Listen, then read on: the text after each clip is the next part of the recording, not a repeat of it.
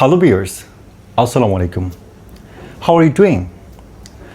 Although we are having a hard time, still I believe you are doing good. Today I am here with my quarantine look, long beard, long hair. The look is kind of primitive. Well, all the shops are closed and there is no way to visit any barbershop. Anyway, let's move on to the topic. Today I'm going to let you know some words which are frequently used because of coronavirus. So, আজকে আমি কিছু শব্দ নিয়ে আলোচনা করব যা corona ভাইরাসের কারণে প্রায়শই প্রতিনিয়ত ব্যবহৃত হচ্ছে। প্রশ্ন হলো, এই শব্দগুলো জানা কেন ইম্পর্টেন্ট?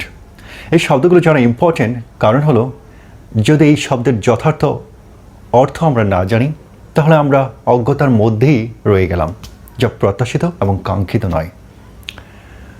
তাছাড়াও আমরা প্রতিনিয়ত ব্রিফিং শুনছি, নিউজ শুনছি, দেখছি, খবরের পত্রিকা পড়ছি, তো এই শব্দগুলো প্রায়শই ব্যবহৃত হচ্ছে।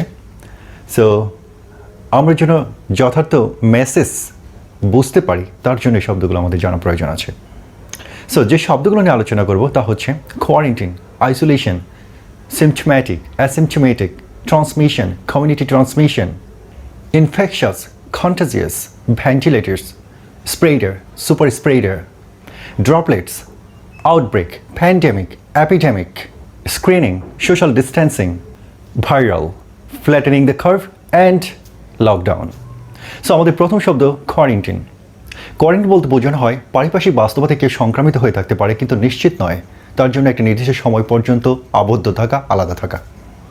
আইসোলেশন, কোন একজন ব্যক্তি সংক্রামিত হয়েছে, সে অন্যদের জন্য সংক্রামিত করতে না পারে তার জন্য আলাদা থাকা। সিম্পটোম্যাটিক, যখন রোগের উপসর্গ প্রকাশ পায় তাকে সিম্পটোম্যাটিক বলে। অ্যাসিম্পটোম্যাটিক, যখন রোগের উপসর্গ প্রকাশিত হয় না তখন তাকে অ্যাসিম্পটোম্যাটিক বলা হয়। ট্রান্সমিশন, যখন একজন ব্যক্তি আরেকজন ব্যক্তিকে সংক্রামিত করে তাকে ট্রান্সমিশন বলে।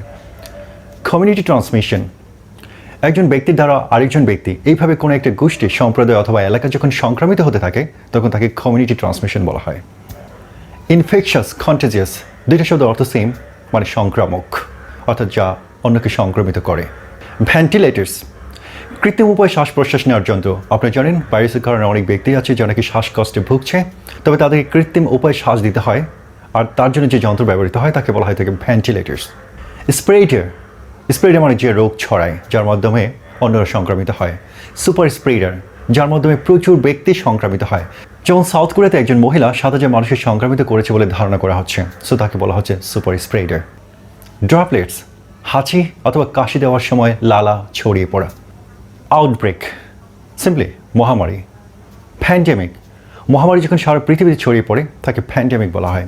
অ্যাপিডেমিক, মহামারী যখন কোনো একটা বিশেষ এলাকায় ছড়িয়ে পড়ে তাকে অ্যাপিডেমিক বলা হয়। স্ক্রিনিং, সিম্পলি স্ক্রিনিং বলতে বোঝানো হয় পরীক্ষা করা। সোশ্যাল ডিস্টেন্সিং, আজকাল লকডাউনের কারণে আমাদের যেটা হচ্ছে মূলত আমাদের পারপাস হচ্ছে আমরা ব্যক্তির সাথে আরেকজন ব্যক্তির জন্য দূরত্ব মেনটেন করতে পারি। সো সোশ্যাল ডিস্টেন্সিং বলতে বোঝানো হচ্ছে একজন ব্যক্তির সাথে আরেকজন ব্যক্তির অবস্থানগত দূরত্ব। ভাইরাল, ভাইরাল বলতে বোঝানো হয় ভাইরাসের প্রাদুর্ভাব ব্যাপকভাবে ছড়িয়ে পড়া। তার আরেকটা সেন্স আছে, যেমন আমরা ফেসবুকে বলে থাকি কোনো একটা কিছু ভাইরাল হয়ে গেছে, তার অর্থ হলো যেটা ব্যাপকভাবে ছড়িয়ে পড়েছে। সো মূলত ভাইরাল শব্দটা ভাইরাস থেকে এসেছে। ভাইরাস যেমন ছড়িয়ে পড়ে, এই করোনা ভাইরাসের কারণে আমরা সেটা দেখতে পাচ্ছি যে দ্রুত ছড়িয়ে পড়ছে। তো সেখান থেকে মূলত এই ভাইরাল শব্দটা এসেছে যা আমরা আজকাল ফেসবুকের জন্য ব্যবহার করছি। ফ্ল্যাটেনিং দ্য কার্ভ, সময় is very important actually. Western কান্ট্রিগুলোতে ফ্ল্যাটেনিং দ্য কার্ভ শব্দটা অনেক ব্যবহৃত হচ্ছে। তো ফ্ল্যাটেনিং দ্য কার্ভ বলতে বোঝানো হয় রোগের শুরুতে অপ্রস্তুত থাকা অবস্থায় রোগীর সংখ্যা প্রচুর হঠাৎ করে বেড়ে যায়, তারপর ক্রমশ প্রস্তুতি এবং রোগ মোকাবেলা করার সক্ষমতা বাড়তে থাকে। তো এই প্রক্রিয়াটাকে বলা হয় থাকে ফ্ল্যাটেনিং দ্য কার্ভ।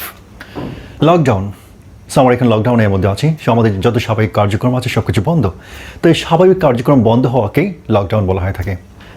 সো ফাইনালি আমি আরেকটি শব্দ যোগ করছি, সেটা হচ্ছে ইনকিউবেশন পিরিয়ড। ইনকিউবেশন পিরিয়ড বলতে বোঝানো হয় কোনো একজন ব্যক্তি রোগ দ্বারা সংক্রামিত হওয়ার পর তার উপসর্গ হিসেবে সেটা প্রকাশিত হওয়া, এই সময়কালটাকে ইনকিউবেশন পিরিয়ড বলা হয়ে থাকে। Thank you for watching this video. So যদি আপনি মনে করেন যেটা আপনার কাজে লাগছে তাহলে শেয়ার করতে ভুলবেন না যেন অন্যরা দেখতে পায়। Thank you very much and stay home, stay safe.